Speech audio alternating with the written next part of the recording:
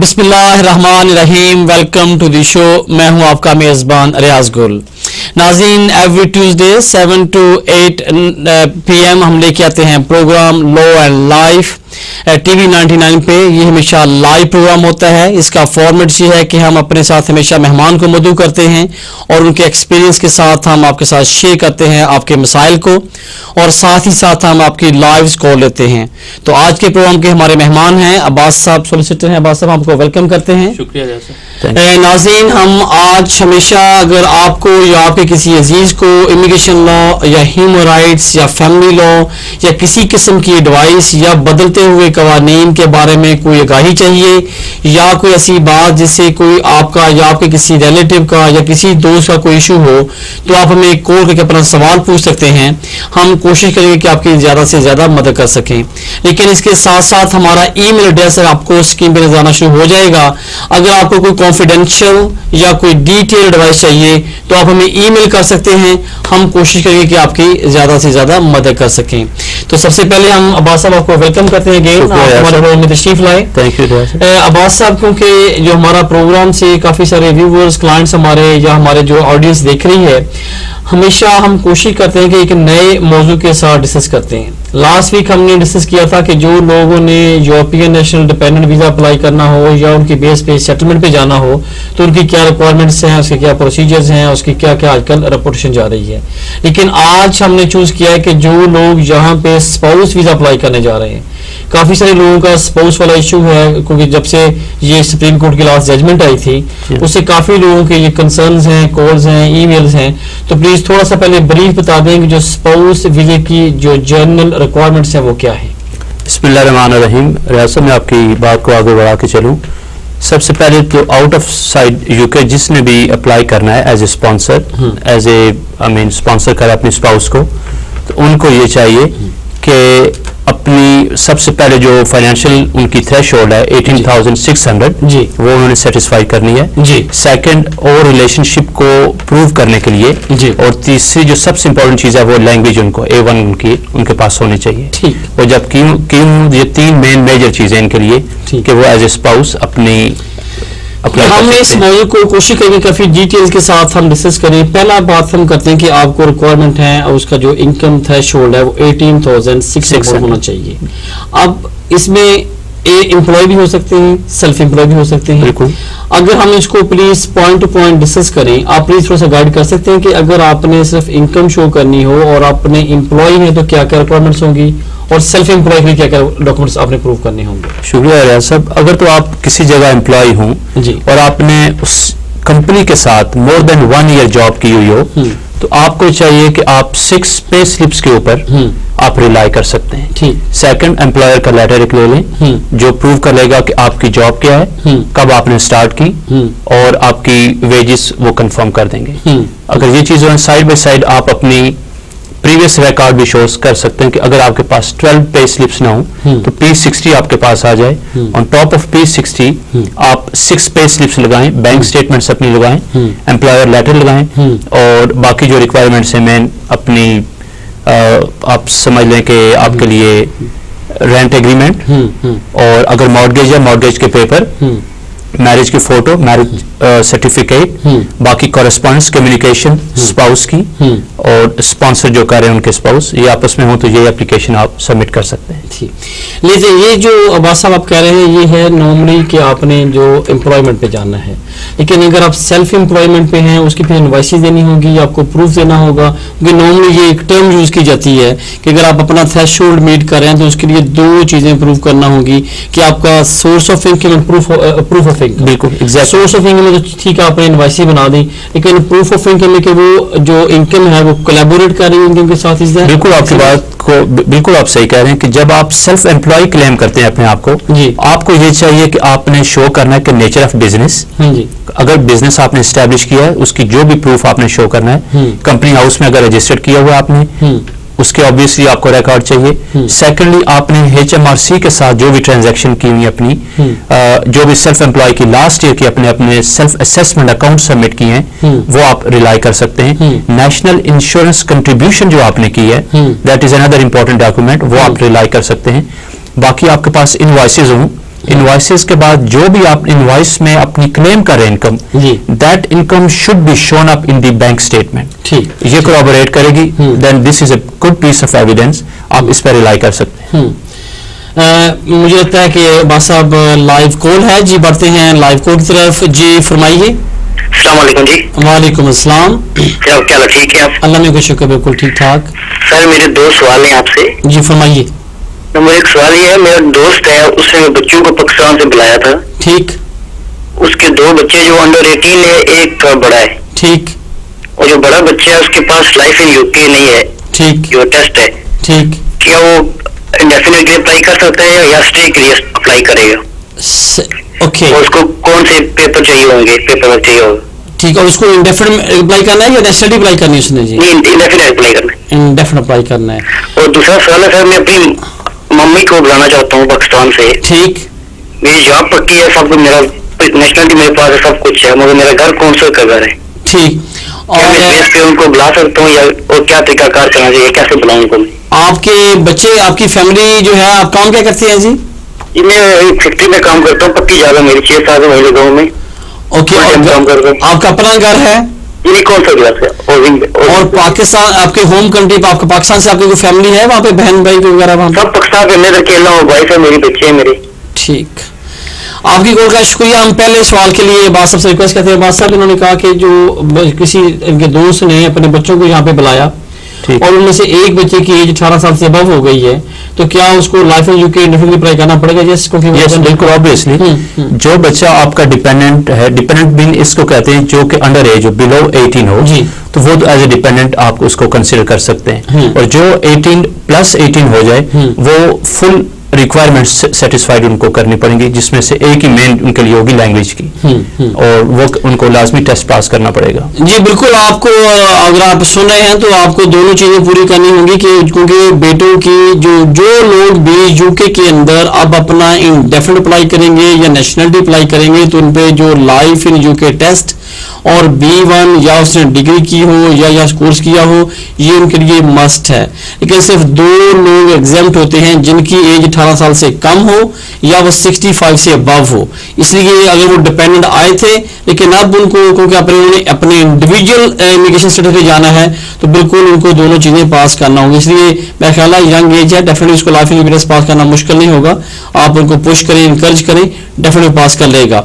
जो बासम साहब का दूसरा क्वेश्चन था कि ये यहाँ पे इनकम है लेकिन हाउसिंग बेनिफिट ले रहे हैं या कौंसल के घर में बैठे हैं या अपना उन्होंने प्रॉपर्टी बाय नहीं की, तो क्या अगर अपनी वालदा को बुलाना चाहिए तो क्या इज सेंसिबल के होगा? सब सेंसिबल तो आई डोंट थिंक सो के ये पॉइंट इनके फेवर में नहीं जाएगा, नहीं होगा जी। और केस के मेरिट को भी बल्कि ये डिमेरिट कर सकता है कि ये खुद अपने आप को तो अफोर्ड नहीं कर पा रहे, तो ये कैसे एक और आदमी को बुला रहे हैं और स्पॉन्सर उनको कर रहे हैं। सबसे पहले तो इनको ये चाहिए कि अपना इंडिपेंडेंट फाइनेंशियल कैपेसिटी अपनी शो करें। फॉर एग्जांपल जॉब है इनके पास, लेट्स गुड, बैंक स्टेटमेंट लगाएं, पे स्लिप्स लगाएं, अपना हाउस वाला दिखाएं कि मेरे पास रेंटेड प्रॉपर्टी है, this is the proof of rented property. For example rent agreement जो लीज इनको मिला हुआ है वो लगाएंगे, तब एक पॉइंट इनके फेवर में जाएगा कि at least he is self sufficient. और रिकोर्स टू पब्लिक फंड वाली जो टर्म्स यूज की जाती है कॉमनली, उसका मकसद ही ये है कि आप बेनिफिट क्लेम ना कर रहे हो। जब आप खुद कर रहे हो बेनिफिट,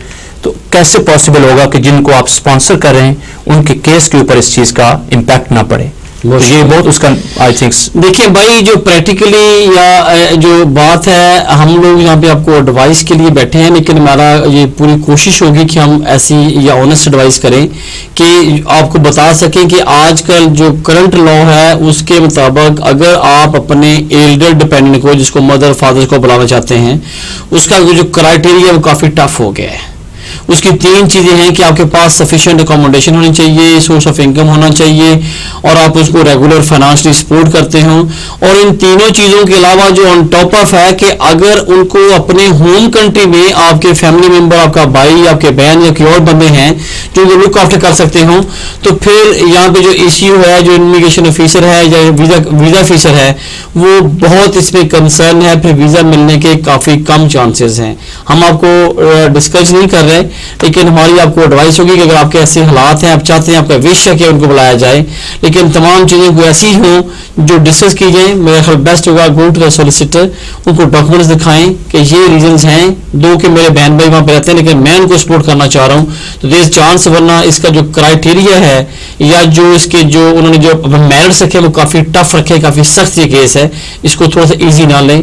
आपकी कॉल का शुक्रिया, मुझे ये काफ़ी मुश्किल हो रहा है जी आजकल, जो सबसे इंपॉर्टेंट है इस्टेब्लिश करना कि आप अपनी कंट्री में ग्लूकोज। सबसे पहले जो इस तरह के केसेस में जो एल्डरली आप अपने पेरेंट्स को बुला रहे हैं जी, आपका स्टेटस कोई डिस्प्यूट नहीं है इसके ऊपर। सबसे पहले वो यही देखेंगे कि आपके वहां पे केयर करने वाला कौन है इनका, क्या वो खुद बिल्कुल इस काबिल नहीं है कि वो अपने आप लुक आफ्टर कर सकें, अगर वो नहीं कर पा रही तो उनको कौन वो केयर प्रोवाइड कर रहा है।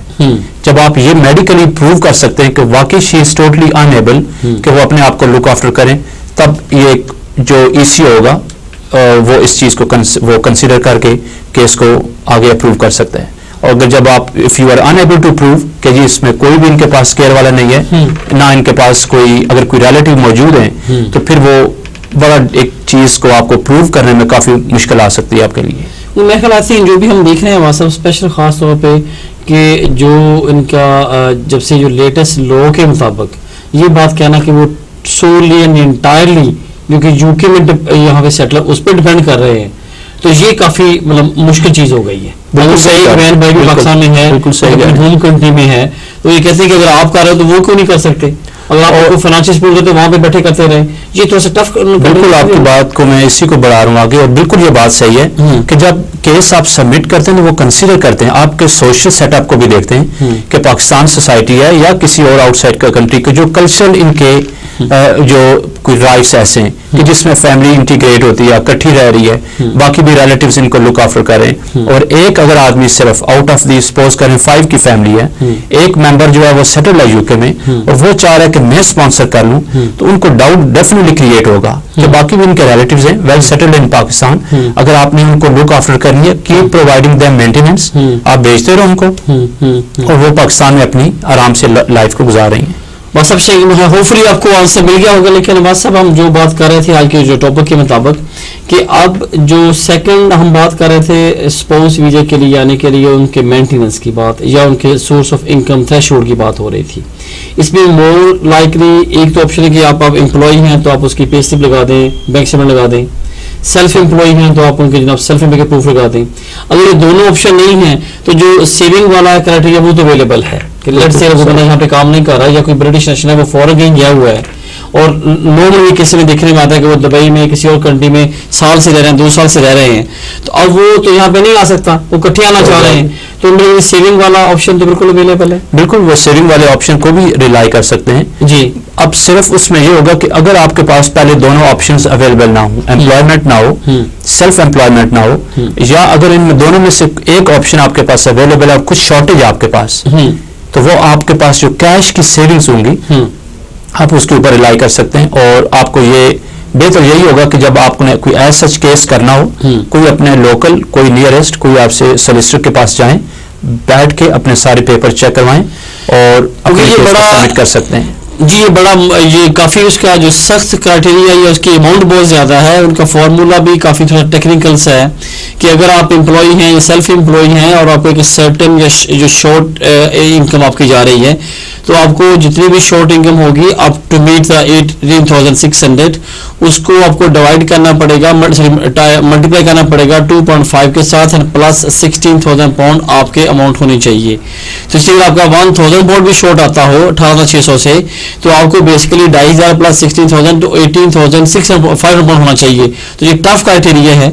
अगर आपके पास कोई इनकम नहीं है तो फिर 62,500 पाउंड अमाउंट बनती है जो फार्मूला बी के मुताबिक, तो इसलिए आपको काफी केयरफुल होना पड़ेगा इस मामले में। बिल्कुल सही बात है। और दूसरा वो ये भी देखते हैं कि जब आप किसी को स्पॉन्सर कर रहे हो जी, तो आपके पास सेविंग्स हैं, फेयर इनफ वो सेविंग्स है, मगर जब आप अपने आप को इकोनॉमिकली एक्टिव शो करते हो वो आपकी एम्प्लॉयमेंट सेल्फ एम्प्लॉयमेंट, एक इस चीज का भी इम्पैक्ट आपके केस के ऊपर पड़ जाएगा कि ये बंदा इकोनॉमिकली एक्टिव है, यहाँ पे अपने आप को भी लुक आफ्टर कर रहा है और जो आने वाला उसको भी ये प्रोवाइड क्या करेगा, मेंटेनेंस क्या करेगा, एकोमोडेशन क्या करेगा without recourse to public funds. बस अब एक थैंक यू आपका एक तो हो गया कि जो इस क्राइटेरिया है इस चीज का वो ये है कि आपके पास इनकम होनी चाहिए। अब सेकंड जो फेज आता है वो ये कि आपके पास इंग्लिश, जो भी एप्लीकेंट यहाँ पे एप्लीकेशन करना चाह रहा है उसके पास इंग्लिश सर्टिफिकेट होना चाहिए। इस पे प्लीज अपनी रोशनी डालेंगे थोड़ी सी। जी बिल्कुल सही बात है। जो दूसरी मेजर रिक्वायरमेंट है आपने as a spouse entry clearance application में, उसमें आपके पास लैंग्वेज होनी चाहिए। अगर वो एप्लीकेंट यूके से कोई ग्रेजुएशन कर चुका है और वो लैंग्वेज को भी उनको एडवांटेज मिल सकता है और उसको ऑटोमेटिकली वो क्वालिफाई कर लेंगे। नंबर 2, अगर वो रिक्वायर्ड लैंग्वेज टेस्ट पास कर लिया उन्होंने which is equal to A1, वो भी आपको उसका पॉइंट्स मिलेंगे उसको। या आपकी डिग्री अगर वहां से है और आप नारिक से भी उसको, जो यहाँ पे एक इंस्टीट्यूट है, आपने कुछ फीस को पेमेंट करें, वो आपको एक सर्टिफिकेट इशू करेंगे जिसकी बेस के ऊपर आपकी डिग्री को, फॉरेन डिग्री को, वो यूके की ग्रेजुएट उसके इक्वल उन्हें कंपेयर कर लेना है। जब आप वो कर सकते हो ऑटोमेटिकली आप वो क्राइटेरिया आपने ये तो एग्जाम्पशन में आ गया ना। बेसिकली जो रिक्वायरमेंट वो तो ये है कि आपके पास इंग्लिश सर्टिफिकेट होना चाहिए। बिल्कुल, अगर आपके पास इंग्लिश सर्टिफिकेट नहीं है तो आपने लेट्स से आपने आइल्स किया हो, ईसोल किया हो, या आपने कोई भी ऐसी जो रेगुलेटेड बॉडी से कोर्स नहीं किया, तो फिर आप एग्जाम्प्ट हैं कि अगर आपने कोई डिग्री की हो सही, और वो उसके 2 रिक्वायरमेंट्स हैं मेरे ख्याल से, नो रॉन्ग, कि आपकी वो it should be taught in English and it should B एक सर्टेन लेवल की होनी चाहिए। बिल्कुल। जैसे मोस्टली आप देखें कि कुछ सब कॉन्टिनेंट में, ओवरसीज में कुछ डिग्रीज मास्टर लेवल की हैं और मास्टर लेवल की डिग्री को वो ग्रेजुएशन की डिग्री जो यूके की है उसके जनरली उसके इक्वल वो कंसीडर कर रहे हैं जी। और बहरहाल आपकी बात जो है उसमें एग्जाम्पशंस आपके पास आ जाएंगी कि अगर आपने डिग्री की हुई है यूके से या आपकी फॉरेन डिग्री है, बहरहाल कुछ भी हो आपको कम से कम लैंग्वेज टेस्ट आपको पास करना है। ठीक ठीक, चलो आप ये माइंड में रखें कि आप टेस्ट पास कर लें, आपको एग्जाम्पशन की स्टेज पे भी नहीं आने की जरूरत होगी। ठीक है। अब आपको वीजा अप्लाई करना चाह रहा है, उसके पास इनकम हो गई 18,600 पाउंड, 1 पार्ट फिनिश। सेकंड, उसके पास इंग्लिश है, उसने पास कर लिया, यस ठीक। अब इसके अलावा थर्ड रिक्वायरमेंट क्या है? इसके बाद जो सबसे मेजर रिक्वायरमेंट्स हैं कि आपने प्रूव करना है अपना रिलेशनशिप।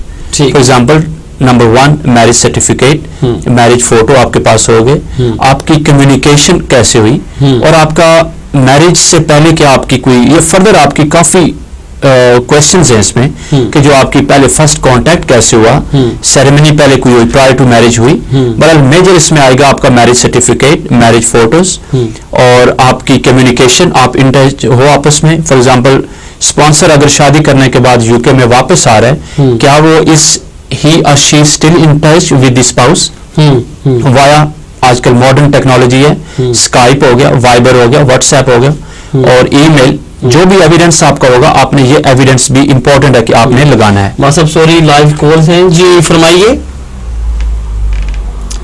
हेलो जी जी फरमाइए, आपकी कॉल आवाज आ रही है, आपका सवाल क्या है जी? मैं 3 साल की लीव मिली थी मुझे। 2-3 साल की लीव मिली थी? 3 साल की। ठीक ठीक। और मैंने वो दोबारा भेजी है, मुझे तकरीबन 1 माह और 1 वीक हो गया। ठीक। एक्सटेंशन के लिए। ठीक। कितनी देर लगती है उसको? आपको डिस्कशन लीव क्यों मिली थी? मुझे वो मैक्सिमम स्कीम में मिली थी डिस्कशन लीव। ठीक।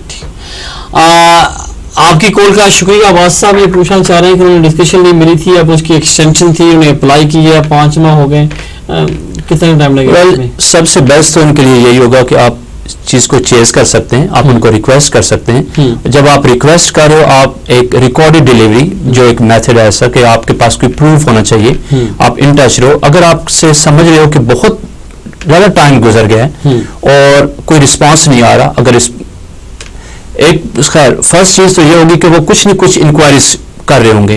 अगर इंक्वायरीज कॉम्प्लिकेटेड आपके केस में ना हो, स्ट्रेट फॉरवर्ड केस हो, तो वो आपको जल्दी आपको दे देंगे। अगर आप समझ लो कि ज्यादा टाइम ले लिया है, 12 मंथ हो गए, 12 से भी ज्यादा, देन एक ऑप्शन आपके पास है कि आप इनको तो 5 माह हुए। जैसे इनके जो जनरल क्वेश्चन है कि आपको कितनी देर लगती है, मेरे ख्याल में जी नॉर्मली जो इस तरह के जो नॉर्मल अंडर एप्लीकेशन रूल या पॉइंट बेस्ड सिस्टम की जितनी भी एप्लीकेशन होती हैं, अगर उनकी एप्लीकेशन फ्रेश हो या एक्सटेंशन हो तो नॉर्मली 3 से 4 माह लगते हैं। लेकिन अगर आपकी एप्लीकेशन अंडर ह्यूमन राइट्स या जैसे डिस्कशन लीव है या किसी और कैटेगरी में जिसमें आप उनसे फेवर मांग रहे हो कि 2 कि I am not qualified under application rules, लेकिन मेरे हालात को कंसिडर करते हुए मुझे वीजा दिया जाए, एक्सटेंशन दी जाए, तो इसमें नॉर्मली 6 माह 8 माह लग जाते हैं। लेकिन ये 5 माह हुए, वेट करें, 6 माह के बाद नहीं होता तो फिर जैसा आपके पास राइट है, आपको कॉल करें, ईमेल करें, फोन करें, by yourself, by your solicitor, hopefully उसको कंसिडर करेंगे। लेकिन अगर आपको लगे कि आपका केस 6 महीने महीने 8 महीने से भी ज़्यादा हो गया है, तो फिर ऑफ कोर्स आपको लोकल एमपी के पास जाना चाहिए, उनको रिक्वेस्ट करेंगे प्लीज़ आप इनको चेकअप करेंगे थोड़ा सा मेरे केस में देखिए। लेकिन 5 माह हुए हैं, इज़ टू अर्ली, मेरे ख्याल में थोड़ा सा वेट कर लें। अगर 6-7 माह के बाद कुछ नहीं आता तो yes then you can take action. Otherwise आप कॉल करने का आपके पास पूरा राइट है, खुद करें, वकील के लिए करें, वो कोई प्रॉब्लम नहीं। आपकी कॉल का शुक्रिया।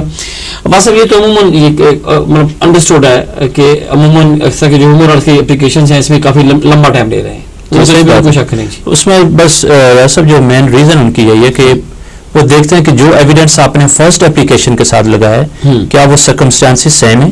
जब सर्कमस्टेंसेस सेम हो या कुछ इंक्वायरीज, और दूसरा वो देखते हैं कि कुछ ऐसी एप्लीकेशन जो कि अर्जेंट है। ये भी एक आजकल ह्यूमन होम ऑफिस की एक आप समझ लें कि गाइडेंस उन्होंने किया हुआ कि जो अर्जेंट रिक्वायरमेंट कर रही है एप्लीकेशन उनको पहले एड्रेस किया जाए, उनको पहले डिसाइड किया जाए। और जो ऐसी एप्लीकेशन है कि जैसे इनकी एक एप्लीकेशन है ह्यूमन राइट्स की बेस के ऊपर या डिस्कशनरी, तो उसमें अमूमन वो टाइम ले लेते हैं 6 to 8 मंथ में भी थोड़ा सा आगे पीछे भी ले लें, बट ये जनरली उनका टाइम है। और पॉइंट बेस्ड सिस्टम की एप्लीकेशन क्विकली वो डिसाइड कर रहे हैं आजकल। थैंक यू, बस बहुत शुक्रिया। हम अगेन जो हमारा मेन टॉपिक है उस पर बात कर रहे हैं आज कि आपने थ्रेशोल्ड की बात की, ये समझ आ गई कि थ्रेशोल्ड का पूरा करना हो गया। सेकंड, उसके बाद हमने इंग्लिश की बात कर रहे हैं। और थर्ड, इसकी जो रिक्वायरमेंट है वो ये है कि उनका रिलेशनशिप, उसमें मैरिज सर्टिफिकेट, उसके फोटोग्राफ्स कब मिले, कहाँ मिले, और अभी तक आपका जो मामला जो कम्युनिकेशन होनी चाहिए। अब अकोमोडेशन कितना इम्पोर्टेंट पार्ट है। अगर कोई बंदा यहाँ पे अपने किसी पेरेंट्स का, जो हमारा जो एशियन कल्चर है उसमें अमूमन जो भी यंगस्टर या यंग बच्चा बॉय वो या फीमेल हो, बेशक अपने फैमिली के साथ रह रहे हैं और उनकी ख्वाहिश होती है जब तक उनका जो स्पाउस है वो नहीं आता तो आप हमारे साथ रहते रहें, हम उसको स्पॉन्सर करेंगे, बाद में अपना घर में अकोमोडेशन कर लेना। तो ये उसके कौन कौन से डॉक्यूमेंट्स रिक्वायर्ड होंगे? सब एकोमोडेशन भी बड़ा वाइटल एक पार्ट है इस एप्लीकेशन के सक्सेसफुल होने में। उसके लिए आपने एक लीज एग्रीमेंट, टेनेंसी एग्रीमेंट भी उसको कहते हैं, वो आपका होना चाहिए।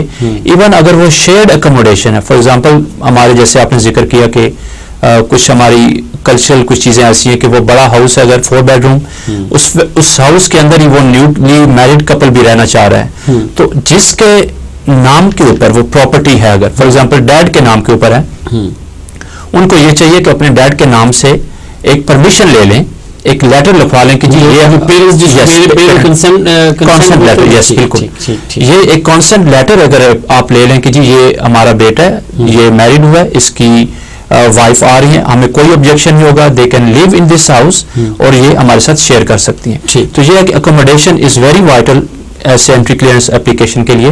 तो इनको ये चाहिए कि आप प्रूफ पहले लगाएं, लीज एग्रीमेंट, मॉर्गेज पेपर हो चुका है, टाइटल डीड जो भी रजिस्टर्ड पेपर्स हैं, और जो आप रह रहे हो अगर आपके नाम का नहीं है तो एक consent letter from the owner of the house वो लेना चाहिए आपको। लेकिन आपको लगता है कि अगर आप अपने फैमिली के साथ रह रहे हैं और आपके पास अपने पेरेंट्स की जो कंसेंट लेटर वो भी ले लिया, आपने प्रूव कर दिया कि हम लोग यहाँ पे रह रहे हैं, मेरे पास डॉक्यूमेंट्स हैं, इनका ऑन टॉप ऑफ दैट आपने लैंड रजिस्ट्री के डॉक्यूमेंट भी साथ लगा दिए, क्या कॉमन लोग ये क्वेश्चन कि क्या हमें जो सर्वे रिपोर्ट था लगानी चाहिए, क्या वो हेल्प करती है केस में या नहीं करती? अगर लैंड रजिस्ट्री में लिखा हुआ 4 बेडरूम हाउस है तो on top of that still हमें रिक्वायर्ड है कि कितनी हमें वो रिपोर्ट की कोई इसका फायदा है, कोई आप क्या सजेस्ट करते हैं? देखिए एक ऑप्शनल चीज है, अगर आप कोरोबोरेट कर रहे हैं अपने एक एविडेंस को, जी जो आपने जिक्र किया टाइटल प्रॉपर्टी के पेपर्स हैं, उनके ऊपर क्लियर लिखा गया जी कि ये कितने बेडरूम हाउस है, जी कैसी उसकी कंपोजिशन है, देन आप फर्दर एक सर्वेयर की रिपोर्ट को पे ऊपर भी रिलाई कर रहे हो, तो वो एक on top of the previous evidence उसको एक्सपोर्ट करेगा। बहरहाल इट्स नॉट लाइक कंपल्सरी, जैसे आप कह सकते हो जी कि मैंडेटरी रिक्वायरमेंट है, लेकिन fact of the case yes इसका असर पड़ेगा, बिल्कुल हो सकता है, बिल्कुल। हमारा काम ये है कि जितने भी अगर आपके ऑलवेज हमारी जो एडवाइस होती है वो ये होती है कि अगर आप जितने भी डॉक्यूमेंट्स लगाएंगे, आई डू अंडरस्टैंड कि हार्डशिप होगी, हार्ड होगा to be manage the documents and या बाकी प्रीपे करने के लिए, लेकिन उसका जो पॉजिटिव इम्पैक्ट होगा वो ये होगा कि जब केस के पास चीजें जाएंगी तो कम से कम वो देखेगा लो जी 1 आपने बात की, एविडेंस दिया, कोलैबोरेट करा सेकंड के साथ, इंडोर्स करा थर्ड के साथ, ये चीज चौथे नंबर पे आ गई, तो ऑटोमेटिकली जो केस वर्कर होगा, जो इमिग्रेशन वीजा ऑफिसर होगा, उसको डिसीजन लेने में आसानी होनी चाहिए। बिल्कुल सही कंसेप्ट है, बिल्कुल आपको सही बात कंसेप्ट है कि आप हमेशा उसको कंफर्टेबल करें। और जब आप सपोर्टिंग एविडेंस लगा रहे हैं तो वो एक क्वेश्चन के ऊपर जब देख लेगा जी current agreement available, consent report, और सबसे ऊपर आपने सर्वे रिपोर्ट भी लगा दी कि जो एक एडिशनल एविडेंस है अगर तो आप ये समझ लें, और अवेलेबल भी यही होगा कि ठीक है आपको पेमेंट करनी पड़ती है, जैसे कोई एप्लीकेंट है उनको वो अपनी किसी एक्सपर्ट से सर्वे से रिपोर्ट लें और जो विजिट करके उनकी प्रॉपर्टी को अपनी रिपोर्ट तैयार करेगा, और वो भी आप बिल्कुल आप रिलाई कर सकते हैं, और आपके लिए एक एडिशनल सपोर्टिंग और वाइटल एविडेंस है आपके लिए। बहुत शुक्रिया। अब जो यूके के अंदर से अप्लाई कर रहे हैं, क्या उनके लिए भी सेम क्राइटेरिया है कि उनके पास ये तमाम चीज़ें होनी चाहिए, उनका इनकम थ्रेशोल्ड होना चाहिए, इंग्लिश होनी चाहिए, और उसके बाद उनके पास अकोमोडेशन चाहिए? दोनों वैसे बिल्कुल एक इनकम वाला 100% आपको सेटिस्फाइड करनी पड़ेगी रिक्वायरमेंट कि आप मैरिड कपल हो और पहला स्टेटस वाइफ का या हस्बैंड का जो भी कुछ था, उसके बाद मैरिज उनकी हो गई। मैरिज के बाद अगर वो ब्रिटिश नेशनल हैं वो, तो वो चाह रही है कि मैं स्टेटस मेरा जो अब न्यू चेंज हुआ है सर्कमस्टांसेस, तो उनको पहले इनकम का थ्रेशोल्ड 18,600 पूरा करना पड़ेगा। सेकेंडली लैंग्वेज बिल्कुल एज इट इज उनको करना पड़ेगा। और थर्ड, जो भी आपस में अगर तो उन्होंने रहना शुरू किया हुआ है या प्रायर टू मैरिज कोई कम्युनिकेशन हुई उनकी, तो वो भी उनको एज ए एविडेंस लगाना पड़ेगा। और मैरिज सर्टिफिकेट या मैरिज रजिस्ट्रेशन। बस सॉरी आपको डिस्टर्ब कर रहे हैं, लेते हैं लाइव कॉल। जी फरमाइए। हेलो जी, अस्सलाम वालेकुम। वालेकुम अस्सलाम। क्या जनाब, ठीक हो रहा है साहब? अल्लाह में का शुक्र, बिल्कुल ठीक ठाक। आप कैसे हैं? मैं सवाल ये करना चाहता हूँ कि मैं आया था 2010 में। ठीक ठीक। तो मुझे स्टे हुई थी तकरीबन 2 साल के बाद अप्लाई किया था सेटलमेंट के लिए। ठीक। तो जो कार्ड होता है 10 साल का, वो मिला था। ठीक, आपको इंडेफिनिट मिल गया था। ठीक। तो जब वो खत्म होएगा तो उसको मतलब कैसे अप्लाई करना पड़ेगा दोबारा? तो आप नेशनलिटी क्यों नहीं अप्लाई करते? नेशनलिटी जो इंटरेस्ट टेस्ट जो लाइव यूके और दूसरा V2 वो करना पड़ेगा। हाँ जी। तो माशाल्लाह यंग आदमी है, क्या प्रॉब्लम है? थोड़ी सी हिम्मत करें, हो जाएगा पास। टफ नहीं है, वेरी इजी है। अगर मैं ना करूँ तो अगर तो दोबारा 10 साल के बाद जब खत्म होगा दोबारा अप्लाई करूंगा तो उसका क्या होगा? हाँ जी बिल्कुल ठीक। तो आपकी कॉल का शुक्रिया बहुत साहब। प्लीज एडवाइस करें, क्योंकि इंडेफिनिट ऑटोमेटिक एक्सटेंडेबल है। बिल्कुल वो उनके पास वो एक्सटेंडेबल है। और जो पीरियड फिनिश होने वाला होगा उससे पहले प्रायर टू द एक्सपायरी उसके लीव के वो दोबारा अप्लाई करें, और उनको जो भी इनका अपना साथ एविडेंस कुछ लगा दें, मैं रह रहा हूँ, जॉब कर रहा हूँ, अपनी कोई एज सच कोई ऑफेंस ना कोई किया हो, जो आजकल थोड़ा सा वो कंसिडर कर रहे हैं कि जो इनकी एप्लीकेशन में कोई प्रॉब्लम कर सके। तो ये बस मेहल इन पे जो एक जी आपकी कॉल का शुक्रिया, लेकिन सबसे जो बड़ी और क्रिटिकल कंडीशन आपके ऊपर है वो ये है कि आपको 10 साल का इंडेफिनिट मिल गया। अब इसका मतलब ये हुआ कि आपका जो इमिग्रेशन स्टेटस है वो इंडिविजुअल आपका होगा, इसके डिपेंडेंट नहीं है। लेकिन एक कंडीशन है कि आप किसी वक्त भी किसी और कंट्री में जाते हो, वहां पे रहते हो, तो आपको within 2 years have to come back. अगर आपने कोई भी 24 महीने या 2 साल लगातार यूके से एब्सेंट आप कहीं रहे, तो वो जो आपका इंडेफिनिट का जो स्टेटस है वो अनफॉर्चुनेटली वो कर्टेल हो जाएगा। बस ये एक आपके लिए कंडीशन है, वरना आप रह रहे हैं, जा रहे हैं, आपको 3-4 महीने जाएं, सैर करें, रहें, आ जाएं, वापस करें, तो कोई प्रॉब्लम नहीं। 10 साल पूरे होंगे, फिर दोबारा एक्सटेंशन होती रहेगी। लेकिन मैं पूरे वसूल से कहता हूँ कि अगर थोड़ी सी हिम्मत कर लें, 2-3 महीने स्टडी कर लें, कोर्स कर लें, तो मुझे यकीन है कि आपको लाइफ में टेस्ट पास करना मुश्किल नहीं होगा। ट्राई करें, थोड़े से पैसे स्पेंड करें और 1-2 दिन निकालें वीक में। अगर आपने बिल्कुल भी कभी स्टडी नहीं किया तो तब भी आप लाइफ में जो कि और B1 पास कर जाएंगे। लेकिन अगर आप लेट से 3 महीने में करेंगे, 6 माह में कर जाएंगे, लेकिन आप पास कर जाएंगे। आप स्टडी करना शुरू करें। मुझे आपको apart from as a solicitor, as a person, as a friend advice होगी, हिम्मत करें और ये अपनी काफ़ी फ्रूटफुल होगा, क्योंकि आपने ये कंडीशंस बड़ी सख्त होती हैं। आपकी कॉल का शुक्रिया होंगे बहुत साहब। ये इंडेफिनिट तो मिलता रहेगा, लेकिन एंड ऑफ द डे नहीं, बात आपकी सही है बिल्कुल कि जब आपको स्टेटस एक मिल गया सेटलमेंट का, तो आप यहाँ पे कंटेंट हो के सेटिस्फाइड हो जाएं कि गिव अप कर दें हर चीज़ को।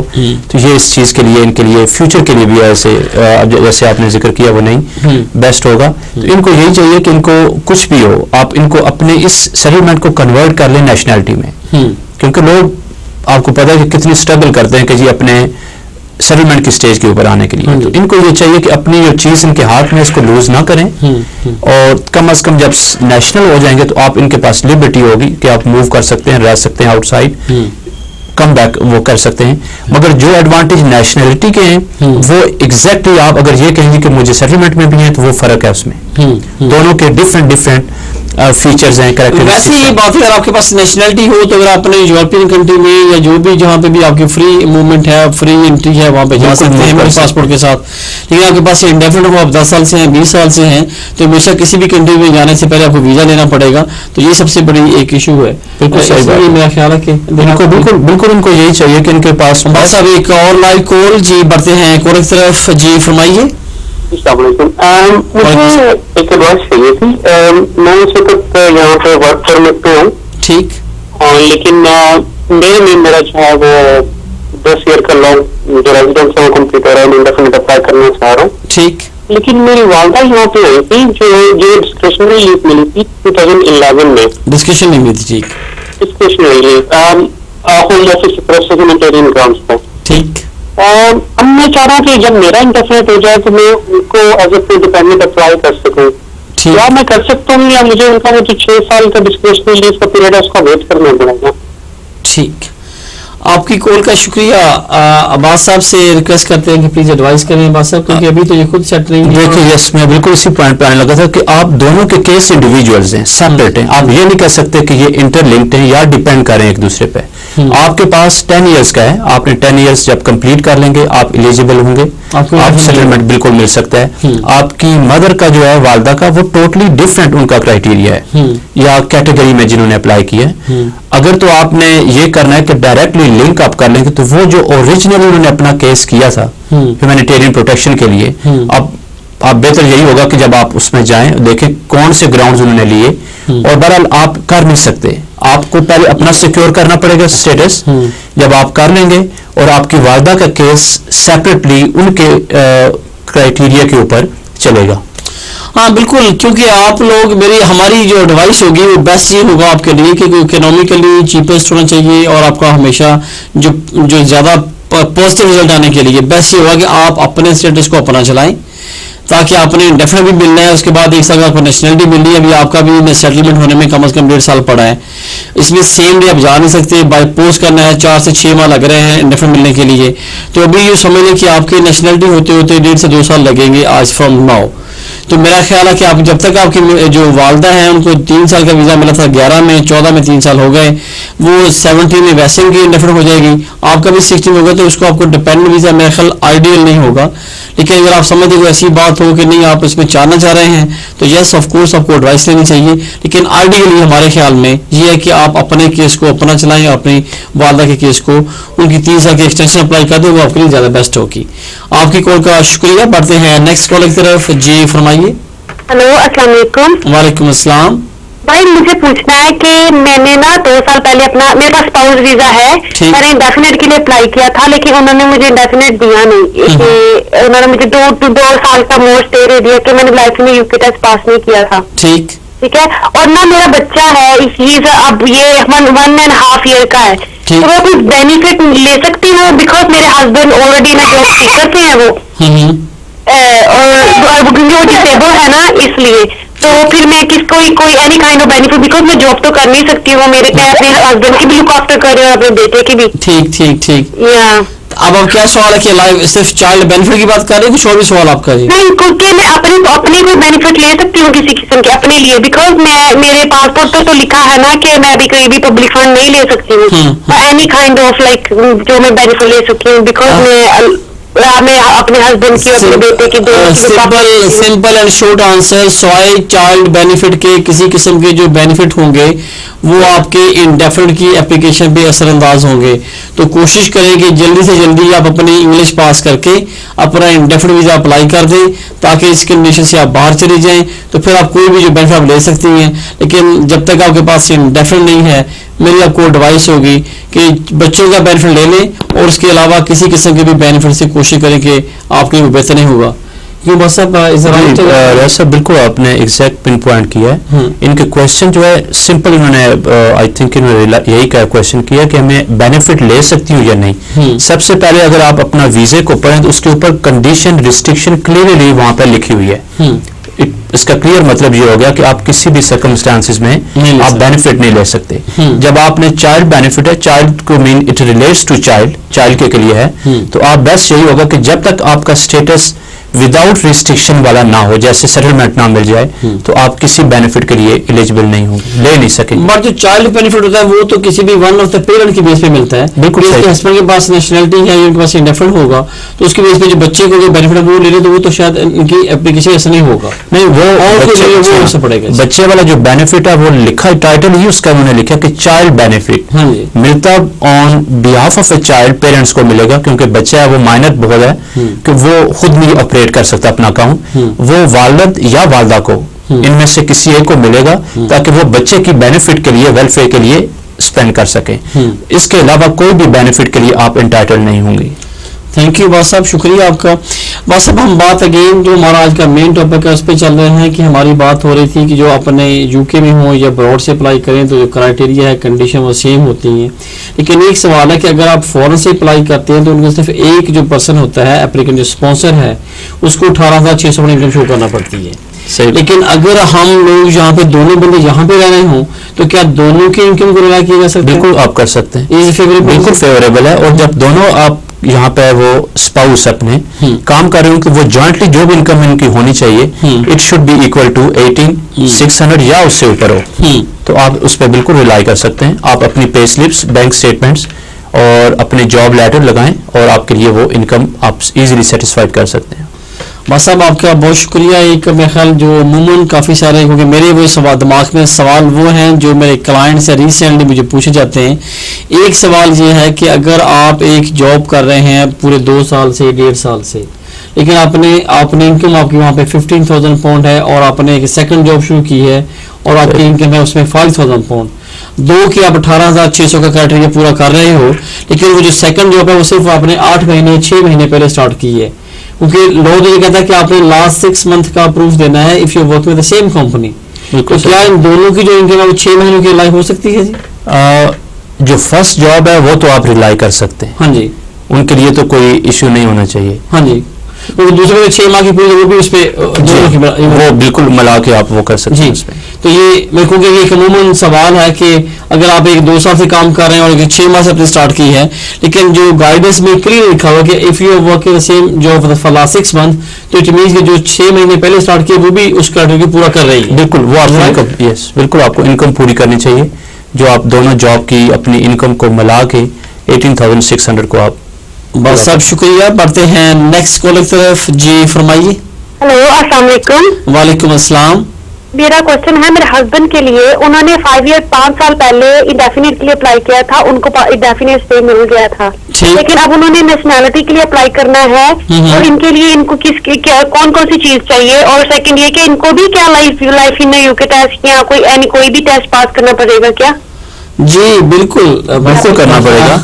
अगर तो आपने यूके लाइफ जो है वो अगर आपने फर्स्ट टाइम सेटलमेंट इंडेफिनिट के टाइम पर नहीं प्रोवाइड किया तो सेकंड टाइम आपको लाजमी करना पड़ेगा, और इसके साथ आपको लैंग्वेज भी रिक्वायरमेंट जो है वो भी पूरी करनी पड़ेगी। जी 2012 में जो लॉ आया है 30 में, उसके मुताबिक जो लोग रिगार्डलेस उनको पहले इंडेफिनिट किस डॉक्यूमेंट्स में मिला था या उनको किस बेस पे उन्होंने इंडेफिनिट लिया था, क्योंकि पहले ये था कि अगर आप ई-सोर्ट with life in UK test pass करते थे तो तब भी आपको यहाँ पे नेशनलिटी या इंडेफिनिट मिल जाता था। अब जो नए लॉ हैं, या मैं जो बात करूँगा आज के जो करंट रूल्स हैं, उसके मुताबिक आप बाउंड हैं, you have to have establish and you have to have demonstrate कि you pass the life in UK test, and you also need to be attached the second certificate which is B1, or you do the degree from the UK, or you do the degree is equivalent to the UK bachelor degree and is taught in English। इनमें से कोई सी चीज़ अगर आपने provide ना की तो life in UK test must है। बेशक आपको 5 साल पहले इंडेफिनिट मिला था, 4 साल मिला था, लेकिन अब उनको तमाम चीज़ें अटैच करना होंगी। देखिए काफ़ी लोगों ने 4 साल 5 साल पहले बॉदर नहीं किया, रिलैक्स हो गए, अब कंडीशन सख्त हो गई हैं, और अब आप उनके लिए दोनों चीजें, एक तो लाइफ इन द यूके और इसके साथ साथ उनको लैंग्वेज भी पास करने का एक मेजर उनके लिए रिक्वायरमेंट है। और जब ये सेटिस्फाइड नहीं करेंगे, सॉरी आप ये बस अब आपके लिए कॉल आज बड़ी है जी। बढ़ते हैं नेक्स्ट तरफ। जी फरमाइए। हेलो जी फरमाइए। हेलो जी I can hear you, can you speak please? हाँ जी जी फरमाइए भाई, आपकी आवाज आ रही है। जी मैंने ये बात पूछनी कि मेरी वाइफ फ्रांस की और मैं इधर कहने का मतलब यूके में पिछले 10 साल से रह रहा हूँ और मेरी शादी तकरीबन 5 साल पहले हुई है। ठीक है और मैंने कहने का मतलब है अपना वीजा अप्लाई किया था लेकिन मेरा रिफ्यूज हो गया था। दोबारा जब कहने का मतलब मैंने वीजा कहने का मतलब रिफ्यूज हुआ उसके बाद डिस्ट्रिक्ट रिव्यू होता है वो मैंने डाला है। उसके बाद कहने का मतलब अभी तक कोई रिस्पॉन्स नहीं आया। अब आपने क्या अप्लाई किया था? डिपेंडेंट वीजा अप्लाई किया था या आपने सेटलमेंट वीजा अप्लाई किया था? मैंने सेटलमेंट वीजा अप्लाई किया था। और ठीक है, जीआर कब किया आपने जी? जी मुझे तकरीबन 6 माह हो गए। ठीक, आपकी कॉल का शुक्रिया। लेकिन स्टेट आंसर नॉर्मली जब जीआर करते हैं, बस अपनी थोड़ा सा प्रोसीजर बता दें कि जब जीआर करते हैं डिफेंस होता है तो कम से कम 4-5 महीने गुजरे। जी रियासत बिल्कुल, जब आपने जेआर फाइल किया तो दूसरी तरफ से आपको रिकॉर्ड के लिए आपको पास जो पेपर भेजते हैं वो, ताकि आप होम ऑफिस वालों को वो फॉरवर्ड कर सकें। दूसरी तरफ से जो होम ऑफिस के वकील होंगे उन्होंने भी अपना जवाब देना है। जब वो जवाब दे देंगे तो वो कोर्ट में जाएगा। कोर्ट के पास देखेंगे कि लिस्ट करने में कि टाइम उनके पास कितना बैकलॉग है, कितने केसेस हैं। अप्रोक्सीमेटली 5 to 6 मंथ पेपर तो उसमें 5 to 6 मंथ भी लग सकते हैं, थोड़ा सा ज्यादा भी लग सकता है। और जब वो लग के वो उन पेपर आपको डिसाइड करके वो भेज देंगे। देखिए नॉर्मली जब आप हाई कोर्ट में जुडिशियल रिव्यू करते हैं तो उसमें जब आपने केस किया फिर डिफेंस आएगा, it takes normally 4 to 6 month. लेकिन आपने कहा 5 माह हो गए, मेरा ख्याल है कि आप उसके पास राइट है, चेज अप कर सकते हैं। लेकिन आपके सोलिसिटर को डेफिनेटली अदर पार्टी जो कि ट्रेजरी सोलिसिटर है, जो कि होम ऑफिस को जो डील करते हैं, वो आपके सोलिसिटर के साथ इन टच होंगे, बता रहे होंगे कि हमने अपना डिफेंस जमा करवा दिया, नहीं करवाया, क्या जा रहा है, या वो एक्सटेंशन टाइम मांग रहे हैं, या अगर हो गया तो फिर जज के पास पड़ा होगा।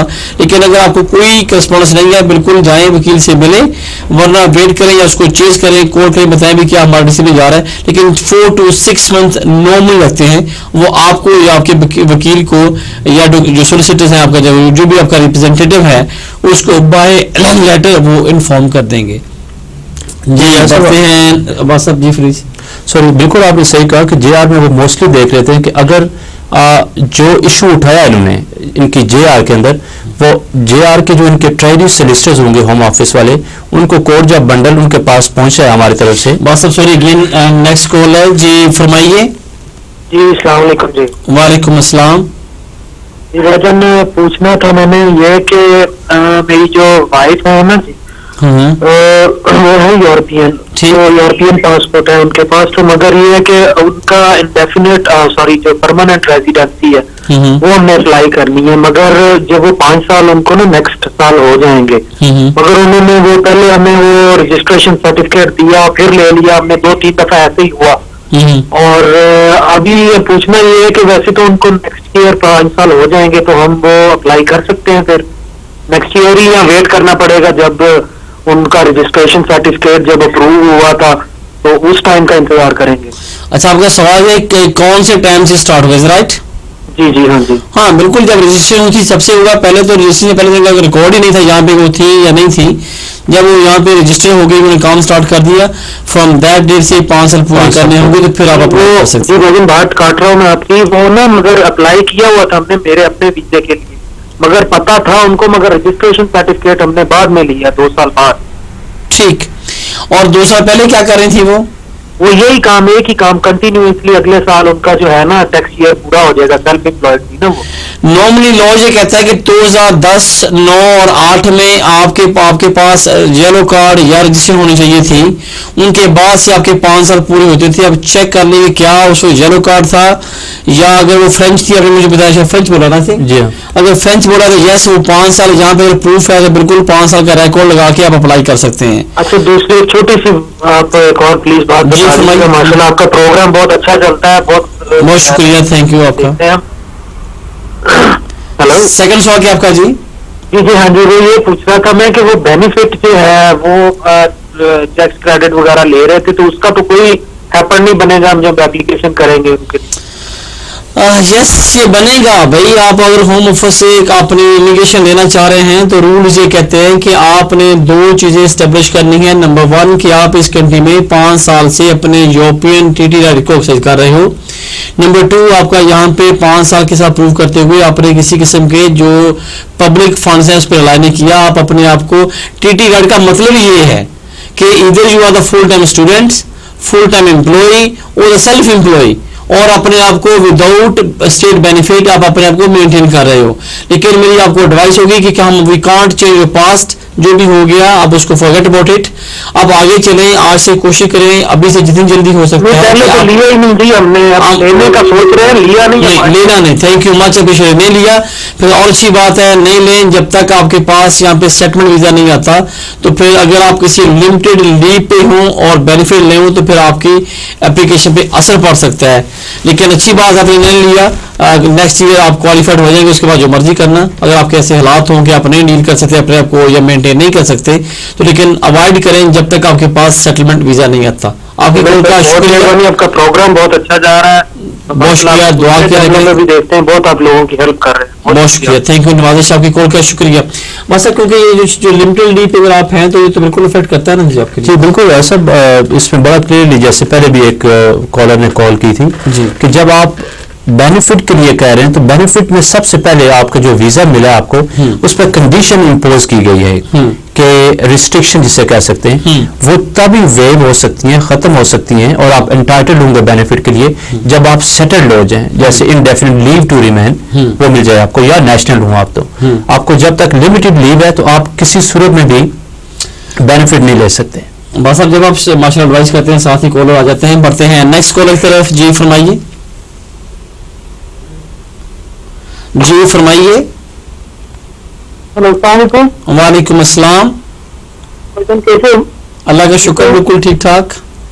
आपका प्रोग्राम तो बहुत अच्छे है। मैं एक नवाजिश बात करने के लिए फोन किया था, मेरा माम जी को मैं अप्लाई किया 2007 से। ठीक जी, तो हम दोबारा अप्लाई करने के लिए क्या फीस लगेगा? आपकी मोम ने अप्लाई किया 2006 में? 2007 से। और क्या वीजा अप्लाई किया था उन्होंने? वीजा पे। ओके, और आपका स्टेटस यहाँ पे क्या है भाई? आपका यहाँ पे क्या नेशनलिटी है? ब्रिटिश नेशनल है? जी बिल्कुल, आप अप्लाई कर सकते हैं। मास्टर प्लीज ब्रिटिश है, यहाँ पे अपने पेरेंट्स को बुलाना चाहते हैं विजिटर वीजा के लिए, क्या? जी बिल्कुल, जो कॉलर है मैं इनको थोड़ी सी गाइड ये कर देते हैं कि एज ए विजिटर आप बिल्कुल उनको बुला सकते हैं और आपके एज ए वो फैमिली विजिटर भी ट्रीट किए जाएंगे। आप ये कर लें कि आप उनके लिए सबसे पहले जो आजकल ऑनलाइन एप्लीकेशन जा रही है, आप ऑनलाइन एप्लीकेशन कंप्लीट करें, पेमेंट उनकी करें, साथ अपने सपोर्टिंग डॉक्यूमेंट्स लगाएं, जैसे एक स्पॉन्सरशिप सर्टिफिकेट है, अपनी अकोमोडेशन का प्रोवाइड कर लें, अपने रिलेशनशिप को प्रूव करें और आप ये देखें कि आप उनको मेंटेन कर रहे हैं। फॉर एग्जांपल, अगर आप उनके लिए कोई मेंटेनेंस भेज रहे हैं पाकिस्तान में या किसी और कंट्री में, उसका एविडेंस साथ लगाएं और आप उनके लिए सब पेपर्स भेज के ऑनलाइन एप्लीकेशन कंप्लीट करें और वहां से वो डेट देंगे। इंटरव्यू भी ले सकते हैं उनसे और 5 दफ़ा देखते हैं कि एप्लीकेशन अगर स्ट्रांग हो तो कोई इंटरव्यू भी नहीं लेंगे, तो आप बिल्कुल कर सकते हैं उनके लिए अप्लाई। बहुत सब शुक्रिया। देखिए नाज़रीन, आप हमारा जो प्रोग्राम था उसका जो मेन टॉपिक या सब्जेक्ट था वो ये था कि जो लोग यहाँ से या फॉरेन से स्पाउस वीज़े पे यहाँ पे आना चाह रहे हैं और spouse of the British national, हम उस पर आज बात कर रहे थे काफ़ी डिटेल के साथ। जो हमेशा जो कंक्लूजन अब्बास साहब की एक्सपर्टीज से मुझे मिला है वो ये कि आपको 3 चीज़ें, आपके पास अर्निंग होनी चाहिए 18,600 और उसके अलावा सेकंड आपके पास इंग्लिश होनी चाहिए, थर्ड आपके पास अकोमोडेशन और मैरिज सर्टिफिकेट। ये 4 चीज़ें काफ़ी इंपॉर्टेंट है अलॉन्ग विद द बाकी डॉक्यूमेंट्स कि आप क्या क्या चीज़ें प्रूव कर सकते हैं। लेकिन प्रोग्राम ख़त्म होने से पहले मैं एक ईमेल मुझे किसी ने किया था कि उनके पास Tier 2 वर्क वीज़ा है और क्या वो इन कंट्री रहते हुए यहाँ पे Tier 1 इन्वेस्टमेंट वीज़ा जो एंटरप्रेन्योर वीज़ा इस पे जा सकते हैं। तो यस ऑफ कोर्स, अगर आप लोग यहाँ पे Tier 2 या वर्क परमिट पे यहाँ पे हों तो इन कंट्री आप स्विच कर सकते हैं एज फार एज आपके पास 2 लाख पाउंड आपके अपने पास हो और उसके अलावा या एक्सेस हो थर्ड पार्टी से, आपके पास इंग्लिश हो और आपके पास मेंटेनेंस हो। अगर ये तमाम रिक्वायरमेंट्स पूरी हो रही हैं तो इन कंट्री आप स्विच कर सकते हैं। जो लॉ के मुताबिक जो लोगों ने स्टॉप किया है वो लोग थे जो लोग PSW से या किसी और कैटेगरी से इन कंट्री रहते हुए 50,000 पाउंड से स्विच करना चाह रहे थे, या जो स्टूडेंट हैं वो 2 लाख पे अप्लाई करते हुए स्विच करना चाह रहे हैं। इन 2 कैटेगरीज को उन्होंने अभी तक रोका हुआ है कि वो नहीं कर सकते। लेकिन अगर कोई लोग यहाँ पे वर्क परमिट पे हों तो यस वो यहाँ से रहते हुए इन कंट्री Tier 2 से Tier 1 पे जा सकते हैं। तो मेरा ख्याल है जिन्होंने मुझे ईमेल किया था उनको रिप्लाई मिल गया होगा। नाज़रीन, मेरा और आपका साथ यहाँ तक, जिन्होंने हमारे प्रोग्राम में कॉल किया सराहा उनका शुक्रिया, और जिनसे हम हमारी आपकी कॉल नहीं ले सके मुलाकात होगी नेक्स्ट ट्यूसडे। अब्बास साहब, आपका बहुत शुक्रिया अगेन, आप हमारे प्रोग्राम में तशरीफ लाए और अपने एक्सपर्टी से हमें अपने लोगों को आपने रिप्लाई किया। मुझे इजाज़त दीजिए, नेक्स्ट जो मुलाकात होगी। अल्लाह हाफिज़।